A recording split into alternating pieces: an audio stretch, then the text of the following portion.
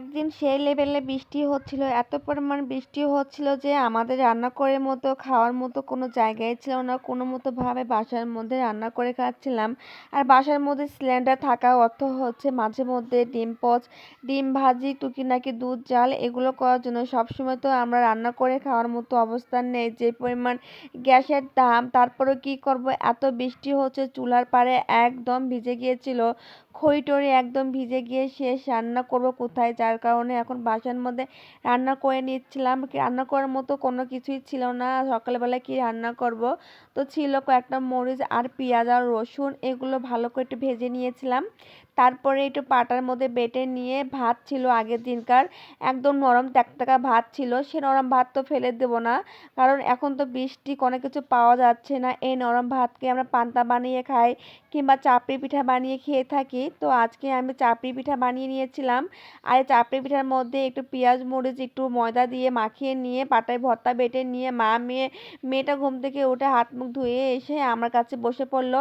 আর এদিকে আমরা খাওয়া দাওয়া করলাম। এখানে আরও দুটো চাপড়ি পিঠা বানিয়ে নিব আমার জামাই আর আমার ছেলের জন্য, যেহেতু ওনারা দোকানে চলে গিয়েছিল, দোকানে ছিল, এজন্য এখন ওদের বানিয়ে পাঠিয়ে দেবো গরম গরম খাওয়ার জন্য। এদিকে দুপুরে রান্না করতে চলে আসলাম। কি রান্না করব, ফ্রিজে কয়েক টুকরা আগের দিনের মাছ ছিল, সে মাছগুলো ভাবছি রান্না করে নিব, কিন্তু কোনো রকম কোনো সবজি ছিল না কি দিয়ে রান্না করব, যার কারণে মাছগুলো, আর হলুদও ছিল না বাসায়। আমি আপনাদেরকে বলছিলাম এখানে দেখেন মাছ রান্না করব কিন্তু হলুদ নেই, তারপরে শুধু মরিচ আর লবণ দিয়ে মেখে নিয়ে এখন ভেজে নেব। আর এই মাছগুলো কিন্তু হচ্ছে হলুদ ছাড়া রান্না করে নেব আজকে। আর দেখেন সে লেভেলের বৃষ্টি হচ্ছে আল্লাহর রহমতের। তো এদিকে হচ্ছে মাছগুলো এখন রান্না করব, দেখতেছি হলুদ নেই, তো হলুদ ছাড়া ভেজে নিচ্ছিলাম। আর মাছগুলো ভাজি করে রেখে দিব।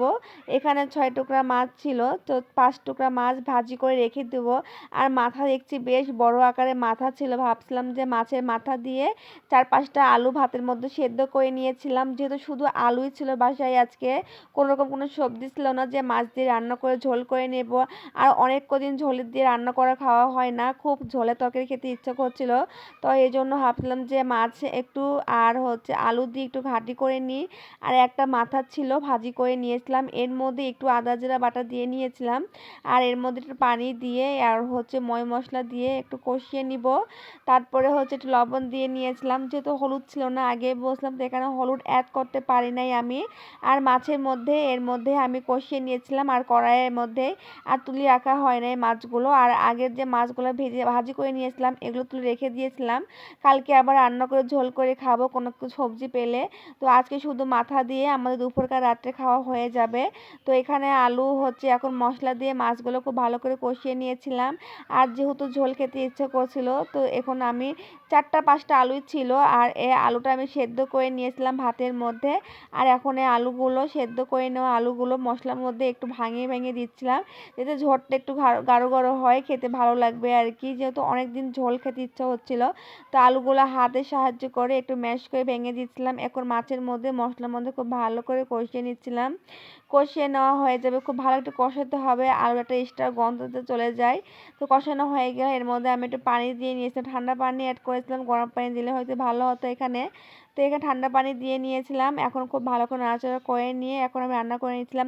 এদিকে মেয়ে গোসল দিচ্ছিল বৃষ্টির মধ্যে, ওকে আমি ডাকছিলাম যে চলে আসতে, তো কথা শুনছিল না। তো এদিকে আমার তরকারি রান্নাটাও হয়ে গিয়েছিল। এখন উপর থেকে আমি কয়েকটা কাঁচামরিচ ভেঙে দিয়ে নিয়েছিলাম, যেহেতু বটি পাশে ছিল না, যার কারণে আমি হাতের সাহায্যে ভেঙে ভেঙে দিয়েছিলাম আগে একটু ঝাল ঝাল হওয়ার জন্য। আর ঝাল ঝাল তরকারি খেতে মন চাচ্ছিল খুব আজকে আমার।